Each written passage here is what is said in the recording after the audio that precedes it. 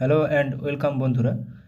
আজকের GK revision ক্লাসে আমরা এনটিপিসির জন্য গুরুত্বপূর্ণ অনেকগুলো এমসিকিউ এবং ওয়ান লাইনার আলোচনা করব, যেগুলো পরীক্ষায় আসার মতো, কমন আসার মতো অনেকগুলো কোশ্চেন রেখেছি। ভিডিওটি শেষ পর্যন্ত দেখো। বেরেলিতে 1857 সালের সিপাহী বিদ্রোহের নেতৃত্ব কে দিয়েছিলেন?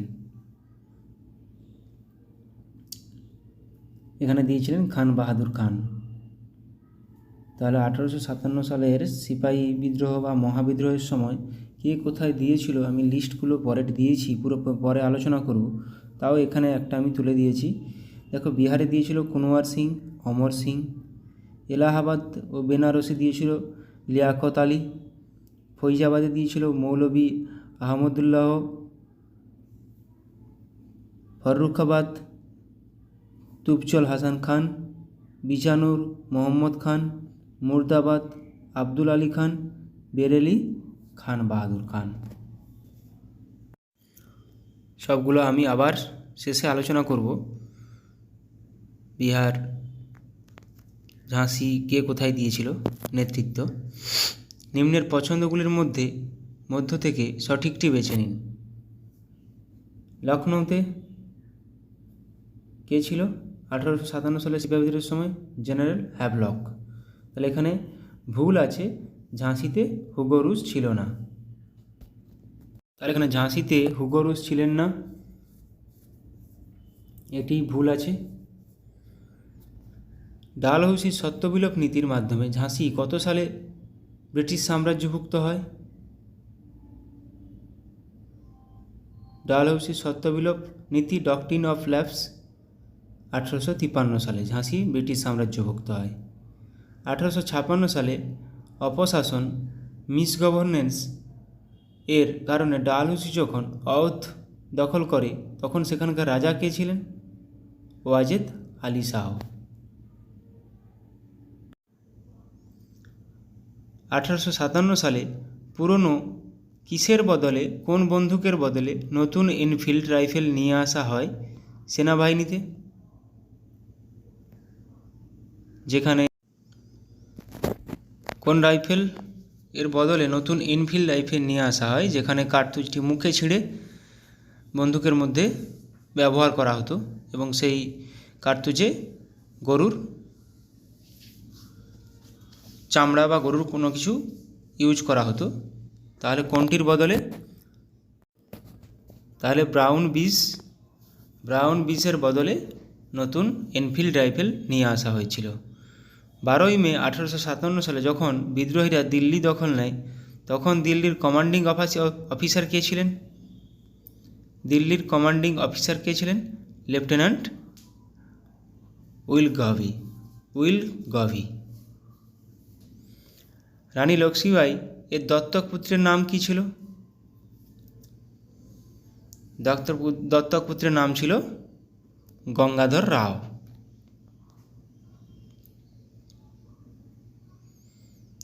The Indian war of independence বইটি বিডি সাভারকর, দামোদর বিনায়ক সাভারকরের লেখা, কত সালে প্রথম প্রকাশিত হয়েছিল?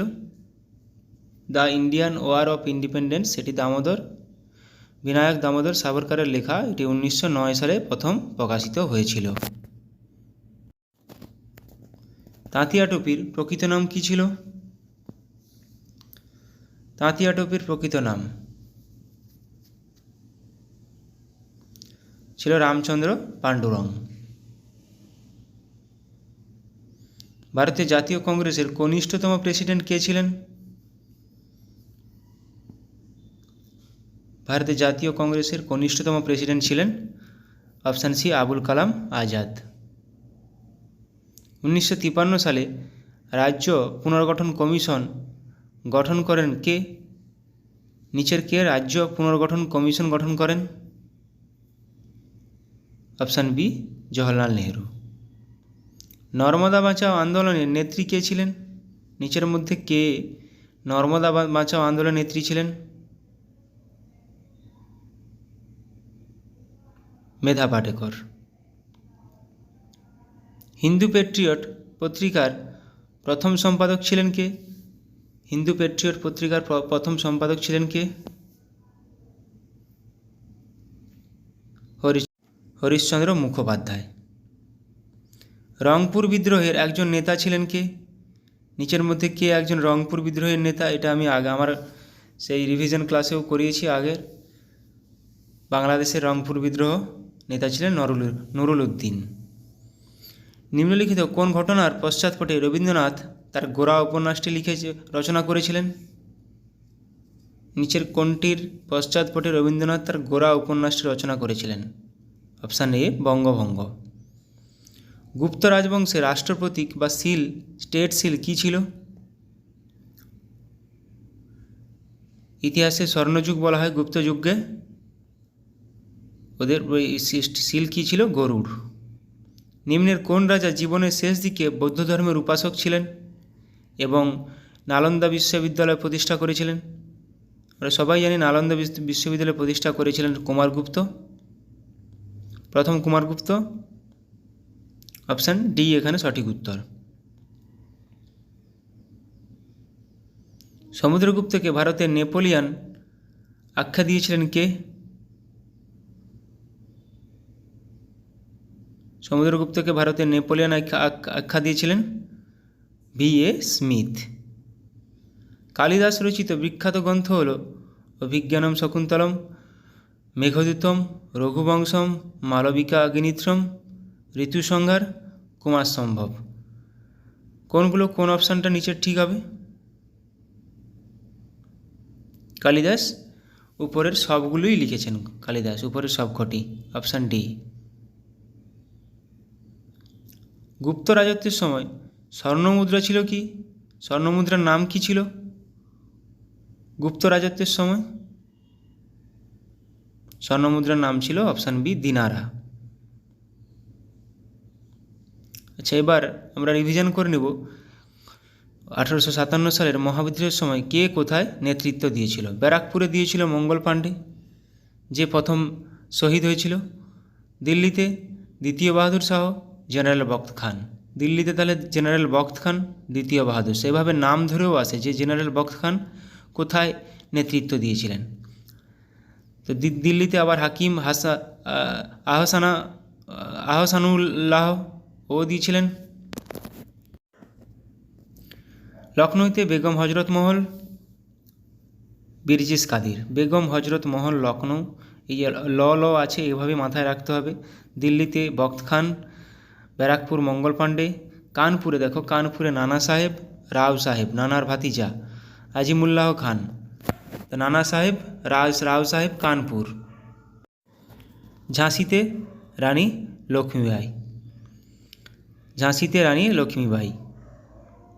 বিহারে কুনওয়ার সিং, অমর সিং। বিহারে কুনওয়ার সিং, অমর সিং।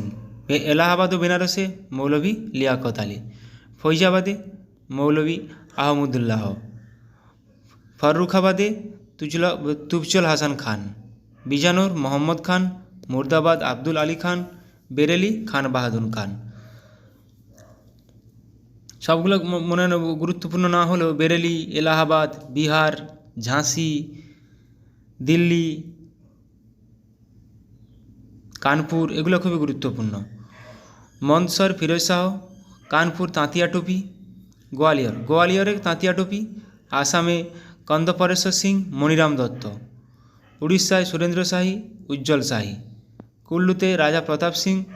রাজস্থানে জয়দয়াল সিং ও হরদয়াল সিং। গোরখপুর গজধর সিং। মথুরা সেভি সিং, কদম সিং। এখানে আসাম গুরুত্বপূর্ণ,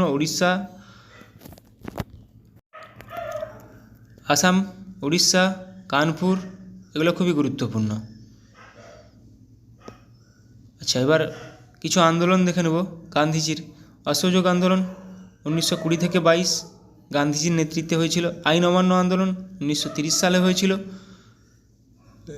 যেটাকে লবণ সত্যাগ্রহ বলে জানি সবাই, গান্ধীজির নেতৃত্বে হয়েছিল। ভারত ছাড়ো আন্দোলন 1942 সালে হয়েছিল গান্ধীজির নেতৃত্বে। নৌ বিদ্রোহ হয়েছিল 1946 সালে। ভারত ছাড়ো আন্দোলন 1942 সালে গান্ধীজি, যেখানে ডু অর ডাই বলেছিলেন, করেঙ্গে মরেঙ্গে। সিপাহী বিদ্রোহ 1857 সালে মঙ্গল পাণ্ডে, তাঁতিয়া টোপিল, রানা সাহেব, লক্ষ্মীবাই, হ্যাঁ, আরও অনেকে ছিল, কুনওয়ার সিং। নীল বিদ্রোহ 1859 থেকে 1860 বিষ্ণুচরণ বিশ্বাস, দিগম্বর বিশ্বাস, রফিক মণ্ডল। হোম রুল আন্দোলন 1916 থেকে 1917 অ্যানি বেসান্ত, বাল গঙ্গাধর তিলক নেতৃত্ব দিয়েছিলেন। রাওলাট সত্যাগ্রহ 1919 সালে হয়েছিল, মহাত্মা গান্ধী ও সত্যপালের নেতৃত্বে হয়েছিল। রংপুর বিদ্রোহ 1783 খ্রিস্টাব্দে হয়েছিল বাংলাদেশে, নুরুল উদ্দিন নেতৃত্ব দিয়েছিলেন। এই কোশ্চেনটা একটু আগে করলাম। পাইক বিদ্রোহ 1817 থেকে 1818 বিদ্যাধর মহাপাত্র এখানে নেতৃত্ব দিয়েছিলেন। কোল বিদ্রোহ 1820 থেকে 1833 সুইমুন্ডা, জয়া ভকত, কিন্দেরাই মানকি নেতৃত্ব দিয়েছিলেন। ওয়াহাবি আন্দোলন 1822 খ্রিস্টাব্দে তিতুমির ও সৈয়দ আহমেদ নেতৃত্ব দিয়েছিলেন। এগুলো বারবার করানোর একটাই মানে যে এগুলো পুরোপুরি যেন রিফ্লেক্স অ্যাকশানের মতো পরীক্ষা হলে মাথায় চলে আসে, ঠিক আছে? যেন এগুলো পরীক্ষার আগে আর না দেখে যেতে হয়। পরীক্ষার আগে দেখার জন্য কারেন্ট অ্যাফেয়ার্স আছে, কিছু ম্যাথ, কিছু রিজনিং, এগুলো যেন না দেখতে হয়। সন্ন্যাসী ও ফকির বিদ্রোহ 1760 থেকে 1800 ভবানী পাঠক, দেবী চৌধুরী রানী, মজনু শাহ, চিরাগ আলী। প্রত্যেকটা নামই খুবই গুরুত্বপূর্ণ, নাম ধরেই কোশ্চেন আসে যে দেবী চৌধুরী রানী নিচের কোন বিদ্রোহের সঙ্গে জড়িত ছিলেন, এভাবেই কোশ্চেন আসে। চুয়াড় বিদ্রোহ 1769 থেকে 99 জগন্নাথ সিং, দুর্জন সিং, রানী শিরোমণি, আমাদের মেদিনীপুরের রানী শিরোমণি। রংপুর বিদ্রোহ 1783 নুরুল উদ্দিন। পাইক বিদ্রোহ 1817 থেকে 1818 বিদ্যাধর মহাপাত্র। তো চুয়াড় বিদ্রোহ দুর্জন সিং, রানী শিরোমণি, খুবই গুরুত্বপূর্ণ নাম, জগন্নাথ সিং। লখনৌ চুক্তি, কিছু চুক্তি আলোচনা করে নেব। 1916 খ্রিস্টাব্দে হয়েছিল, কাদের মধ্যে হয়েছিল? কংগ্রেস ও মুসলিম লীগ। রাওয়ালপিন্ডি সন্ধি 1919 আমির আমানউল্লাহ ইংরেজ। গান্ধী আরউইন চুক্তি আরেকটা খুবই গুরুত্বপূর্ণ, 1931 খ্রিস্টাব্দে গান্ধী ও আরউইনের মধ্যে হয়েছিল। পুনা চুক্তি হয়েছিল 1932 খ্রিস্টাব্দে, মহাত্মা গান্ধী ও আম্বেদকরের নেতৃত্বে হয়েছিল। এখানে গুরুত্বপূর্ণ লখনৌ চুক্তি এবং পুনা চুক্তি। লখনৌ চুক্তি কাদের মধ্যে হয়েছিল এগুলোর থেকেও সালটা খুবই গুরুত্বপূর্ণ। লখনৌ চুক্তি কত সালে হয়েছিল, পুনা চুক্তি কত সালে হয়েছিল, এগুলো প্রচুরবার পরীক্ষায় এসছে। লখনৌ চুক্তি, পুনা চুক্তি গুলিয়ে ফেলবে না। সলবাইয়ের সন্ধি 1782 ইংরেজ ও মারাঠা। ম্যাঙ্গালোরের সন্ধি 1784 টিপু সুলতান ও ইংরেজ। সালটা খুবই গুরুত্বপূর্ণ। ম্যাঙ্গালোরের সন্ধি কত খ্রিস্টাব্দে হয়েছিল? 1784। শ্রীরঙ্গপত্তনম সন্ধি আরেকটা খুবই গুরুত্বপূর্ণ, 1792 খ্রিস্টাব্দে টিপু সুলতান ও ইংরেজ। বেসিনের সন্ধি 1802 পেশোয়া দ্বিতীয় বাজিরাও ও লর্ড ওয়েলেসলির মধ্যে হয়েছিল। তাহলে আমি সালটা আরেকবার রিভিশন করে নিচ্ছি। সলবাই 1782, ম্যাঙ্গালোরের সন্ধি 1784, শ্রীরঙ্গপত্তনমের সন্ধি 1792, বেসিনের সন্ধি 1802। 82, 92, 2 তিনটাই 2 সালে আছে, মাথায় রাখার চেষ্টা করবে। পুরন্দরের সন্ধি 1665 মুঘল সেনাপতি জয় সিং ও শিবাজির মধ্যে হয়েছিল। ওয়ার্নার সন্ধি 1731 দ্বিতীয় শম্ভুজি ও শাহুবাজিরাও। পুরন্দরের সন্ধিটা এখানে গুরুত্বপূর্ণ, আরগুলো না মনে রাখলেও হবে। সালিমারের চুক্তি 1739 তৃতীয় মোহাম্মদ শাহ ও নাদির শাহ। আইলা স্যাপেলের সন্ধি 1748 ইংরেজ ও ফরাসির মধ্যে হয়েছিল। কিছু স্থাপত্য প্রতিষ্ঠাতা, কোথায় কে প্রতিষ্ঠাতা এবং অবস্থান কোথায় দেখে নেব। আগ্রা দুর্গ আকবর, উত্তরপ্রদেশে অবস্থিত। আকবর দ্বারা 4টা স্থাপত্য, আগ্রা, ফতেপুর সিক্রি, বুলন্দ দরওয়াজা, এলাহাবাদ দুর্গ, 4টাই আকবর দ্বারা নির্মিত এবং কোথায় অবস্থান? 4টাই উত্তরপ্রদেশে অবস্থিত। জামা মসজিদ শাহজাহান, দিল্লিতে অবস্থিত। তাজমহল শাহজাহান, উত্তরপ্রদেশ। লালকেল্লা শাহজাহান, নতুন দিল্লিতে অবস্থিত। যন্তর মন্তর সোয়াই জয় সিং, দিল্লিতে অবস্থিত। যে যন্তর মন্তর 4টা আছে, 4টা যন্তর মন্তর, 4টা জায়গায় যন্তর মন্তর তৈরি করা হয়েছিল। তো দিল্লিরটা সোয়াই জয় সিং তৈরি করেছিলেন। সাঁচি স্তূপ অশোক দ্বারা নির্মিত, মধ্যপ্রদেশে অবস্থিত। বুদ্ধগয়া অশোক দ্বারা নির্মিত, বিহারে অবস্থিত। নালন্দা বিশ্ববিদ্যালয় প্রথম কুমারগুপ্ত দ্বারা নির্মিত, বিহারে অবস্থিত। আকবরের সমাধি জাহাঙ্গীর দ্বারা নির্মিত, উত্তরপ্রদেশে অবস্থিত। শালিমার বাগ জাহাঙ্গীর দ্বারা নির্মিত, জম্মু ও কাশ্মীরে অবস্থিত। কোণার্ক সূর্য মন্দির রাজা নরসিংহদেব দ্বারা নির্মিত, ওড়িশাতে অবস্থিত। উদয়গিরি ও খণ্ডগিরি খারবেল দ্বারা নির্মিত, ওড়িশাতে অবস্থিত।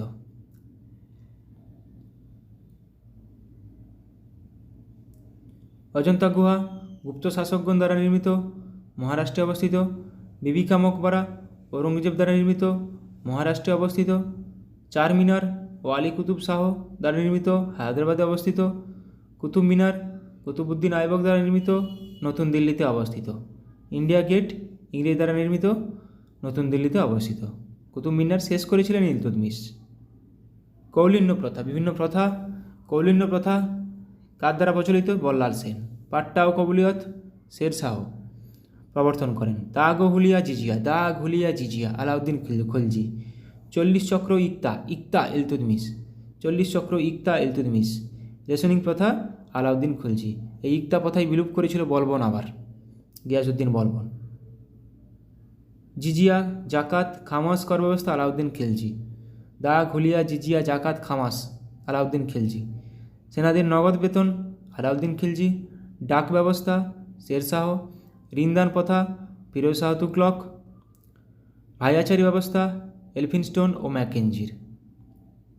ভাইয়াচারি ব্যবস্থা এলফিনস্টোন ও ম্যাকেঞ্জির। রায়তওয়ারি প্রথা আলেকজান্ডার রিড ও টমাস মুনরো। মারাঠা পেশওয়াতন্ত্র শাহু দ্বারা প্রবর্তিত। চিরস্থায়ী বন্দোবস্ত কর্নওয়ালিস, লর্ড কর্নওয়ালিস, প্রচুরবার পরীক্ষায় এসেছে। শিলাদার ও বর্গীয় অশ্বারোহী শিবাজি দ্বারা প্রবর্তিত। সিজদা ও পাইবস, সিজদা ও পাইবস গিয়াসউদ্দিন বলবন। গিয়াসউদ্দিন বলবন কিন্তু ইকতা প্রথা বিলোপ করেছিলেন, যেটা ইলতুৎমিশ দ্বারা প্রবর্তিত। ইকতাদারি প্রথা নিজামুল মিল্ক, ইকতাদারি প্রথা নিজামুল মিল্ক, ইকতা কিন্তু ইলতুৎমিশ। মনসবদারি প্রথা আকবর। মহলওয়ারি ব্যবস্থা হল্ট ম্যাকেঞ্জি, মহলওয়ারি ব্যবস্থা হল্ট ম্যাকেঞ্জি। চৌথ স্বদেশমুখী কর শিবাজি। মহলওয়ারি, রাউতওয়ারি, ইকতাদারি এগুলো প্রত্যেকটাই খুবই গুরুত্বপূর্ণ। প্রত্যেকটা কে প্রবর্তিত করেন, কে প্রবর্তন করেন, এগুলাই আসে। প্রথম বৌদ্ধ পরিষদ কত খ্রিস্টাব্দে হয়েছিল? 483 খ্রিস্টপূর্বাব্দে রাজগৃহে হয়েছিল। কার দ্বারা? অজাতশত্রুর দ্বারা, অজাতশত্রুর রাজত্বে। দ্বিতীয় বৌদ্ধ পরিষদ 383 খ্রিস্টপূর্বাব্দে বৈশালীতে হয়েছিল কালাশোক। তৃতীয় 250 খ্রিস্টাব্দের পাটলিপুত্র অশোক। চতুর্থ বৌদ্ধ পরিষদ 72 খ্রিস্টাব্দে কুণ্ডলবন, এটা কনিষ্ক দ্বারা হয়েছিল। অর্থশাস্ত্র কে রচনা করেন? কৌটিল্য। কামসূত্র বাদশাহন, মুদ্রা রাক্ষস বিশাখ দত্ত। মিচ্ছকটিকম শূদ্রক দ্বারা রচিত। পবনদূত ধৈ দ্বারা রচিত। প্রত্যেকটা খুবই গুরুত্বপূর্ণ, প্রত্যেকটা আমি আমার ক্লাসগুলোতে প্রায় রাখার চেষ্টা করি, যাতে করে এগুলো আর না পরীক্ষার সময় না দেখতে হয়। পরীক্ষার সময় এগুলো দেখবে না, কারেন্ট অ্যাফেয়ার্স দেখবে তখন। দানসাগর বল্লাল সেন। অদ্ভুত সাগর বল্লাল সেন দ্বারা রচিত, কিন্তু বল্লাল চরিত আনন্দ ভট্ট। কথাসরিত সাগর সোমদেব। অভিজ্ঞান শকুন্তলম কালিদাস দ্বারা রচিত। মেঘদূতম কালিদাস রচিত। আরও পড়লাম আমরা একটু আগে কালিদাসের 6টা। তাহলে এখানে দান সাগর, অদ্ভুত সাগর অনেকবার এসেছে, বল্লাল সেন দ্বারা রচিত। অষ্টাধ্যায়ী পাণিনি, অষ্টাধ্যায়ী পাণিনি। রামচরিত সন্ধ্যাকর নন্দী, আবার রামচরিত মানস তুলসীদাস। রামচরিত সন্ধ্যাকর নন্দী, রামচরিত মানস তুলসীদাস। বুদ্ধচরিত অশ্বঘোষ। অমরকোষ অমর সিংহ দ্বারা রচিত। অমরকোষ অমর সিংহ দ্বারা রচিত। বুদ্ধচরিত, রামচরিত, রামচরিত মানস, অষ্টাধ্যায়ী প্রত্যেকটি খুবই গুরুত্বপূর্ণ। পঞ্চসিদ্ধান্তিকা বরাহমিহির। 10 কুমার চরিত দণ্ডিন দ্বারা রচিত। 10 কুমার চরিত দণ্ডিন দ্বারা রচিত। বৃহৎ কথা গুণাঢ্য দ্বারা রচিত। স্বপ্ন বাসবদত্তা ভাস দ্বারা রচিত। স্বপ্ন বাসবদত্তা ভাস দ্বারা রচিত। কিরাতাজুর্নিয়ম ভারবী দ্বারা রচিত। ভারবী। এখানে বৃহৎ কথা গুণাঢ্য, 10 কুমার চরিত দণ্ডিন, পঞ্চসিদ্ধান্তিকা বরাহমিহির, এটা খুবই গুরুত্বপূর্ণ। কলকাতা মাদ্রাসা কে প্রতিষ্ঠা করেন? Warren Hastings. কত খ্রিস্টাব্দে? 1781 খ্রিস্টাব্দে। এশিয়াটিক সোসাইটি উইলিয়াম জোন্স 1784 খ্রিস্টাব্দে। সালটা খুবই গুরুত্বপূর্ণ এখানে। বেনারস সংস্কৃত কলেজ জোনাথন ডানকান 1792 সালে প্রতিষ্ঠিত। শ্রীরামপুর মিশন উইলিয়াম ক্যারি 1800 সালে। নামগুলো কিন্তু খুবই গুরুত্বপূর্ণ, কোনটির সঙ্গে যুক্ত। School book society David Hare 1817 খ্রিস্টাব্দে। School book society David Hare দ্বারা প্রতিষ্ঠিত 1817 খ্রিস্টাব্দে। Hindu college, Hindu college David Hare দ্বারা প্রতিষ্ঠিত 1817 খ্রিস্টাব্দে। সালটা এতটাই গুরুত্বপূর্ণ যে হিন্দু কলেজ কত সালে প্রতিষ্ঠিত বহুবার পরীক্ষায় হয়ে এসেছে, বহুবার। একাডেমিক অ্যাসোসিয়েশন ডিরোজিও দ্বারা প্রতিষ্ঠিত 1828 খ্রিস্টাব্দে। Scottish Church College Alexander Duff দ্বারা প্রতিষ্ঠিত 1830 খ্রিস্টাব্দে। Calcutta Medical College. আরেকটা হিন্দু কলেজ আর ক্যালকাটা মেডিকেল কলেজ বহুবার পরীক্ষায় এসছে কত সালে প্রতিষ্ঠিত, শুধু খালি কত সালে প্রতিষ্ঠিত বলে। ইন্ডিয়ান উইমেন্স ইউনিভার্সিটি ডিকে কার্ভে দ্বারা প্রতিষ্ঠিত 1916 খ্রিস্টাব্দে। বসু বিজ্ঞান মন্দির জগদীশচন্দ্র বসু 1917 খ্রিস্টাব্দে। বিশ্বভারতী রবীন্দ্রনাথ ঠাকুর 1921 খ্রিস্টাব্দে। Thank you.